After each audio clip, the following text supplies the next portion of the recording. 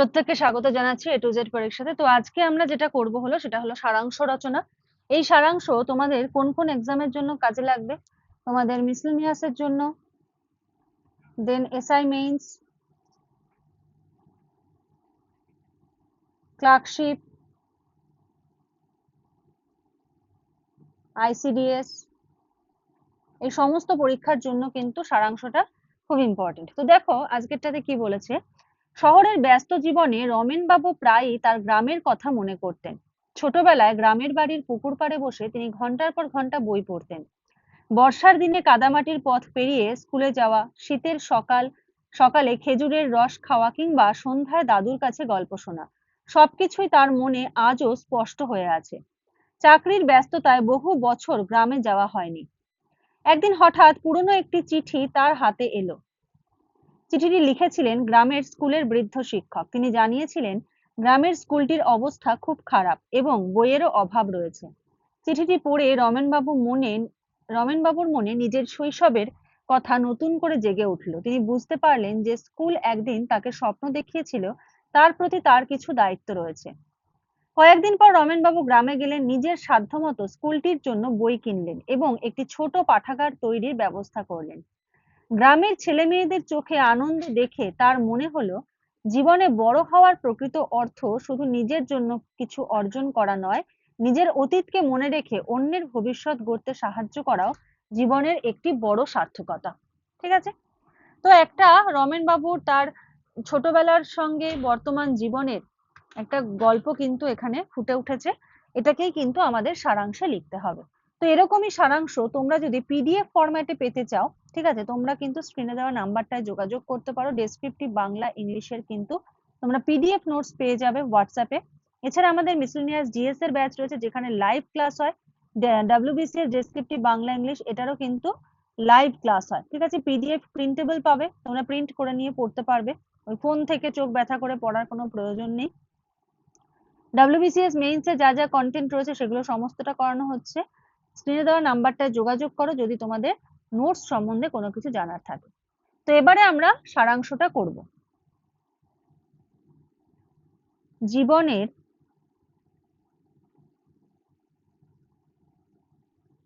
প্রকৃত সার্থকতা।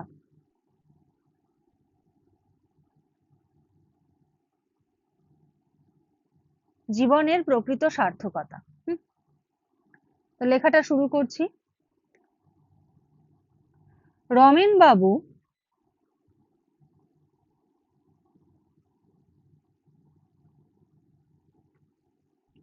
কর্মসূত্রে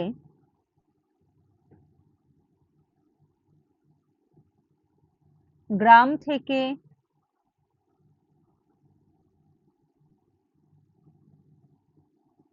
দূরে থাকলেও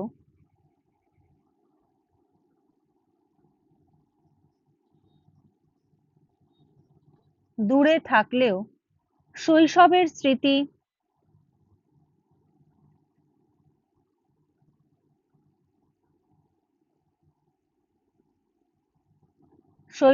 স্মৃতি ভুলতে পারেননি।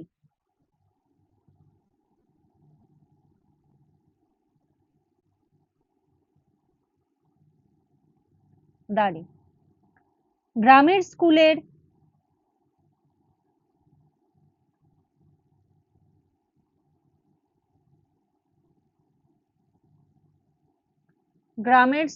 দুরবস্থার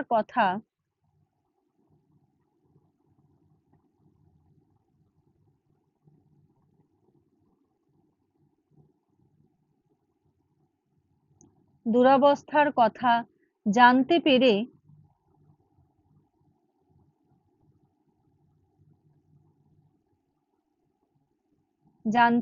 তিনি নিজের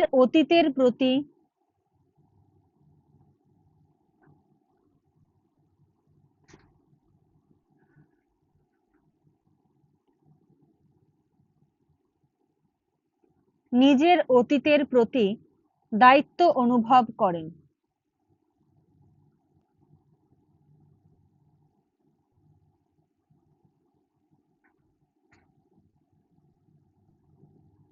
দায়িত্ব অনুভব করেন। দাড়ি।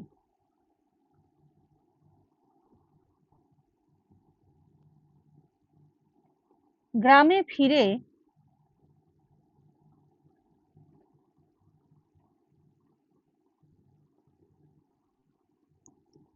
স্কুলের জন্য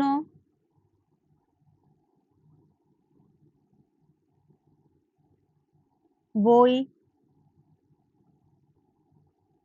ও পাঠাগারের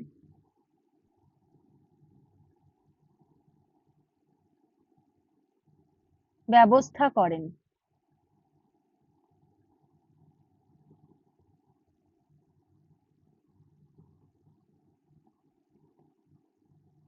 দাড়ি। তিনি উপলব্ধি করেন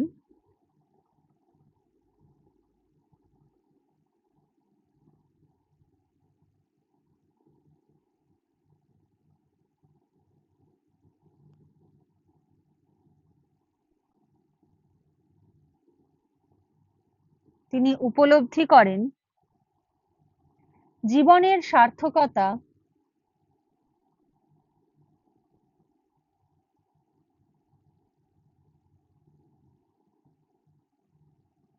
শুধু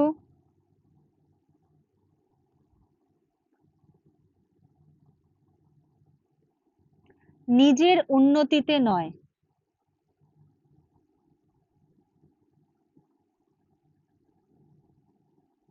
কমা অন্যের ভবিষ্যৎ গড়ার মধ্যেও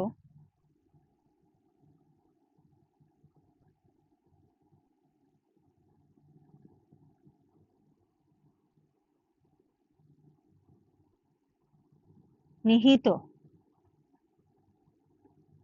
ঠিক আছে, তো এই হলো আজকের লেখা। তোমরা তোমাদের মতো করে লিখো, তোমরা তোমাদের মতো করে শিরোনাম দিও, যেন ব্যাপারটা গ্রুপ ডিসকাশনের মতো করে হয় এবং প্রত্যেকের লেখা যেন ইমপ্রুভ হয়। তো চলো আজকের মতো শেষ করছি। পিডিএফ নোটস এর ব্যাপারে জানতে হলে স্ক্রিনে দেওয়া নাম্বারটায় যোগাযোগ করো। নেক্সট ক্লাসে আবার দেখা হবে, কথা হবে। আজকের মতো এইটুকুই। Thank you.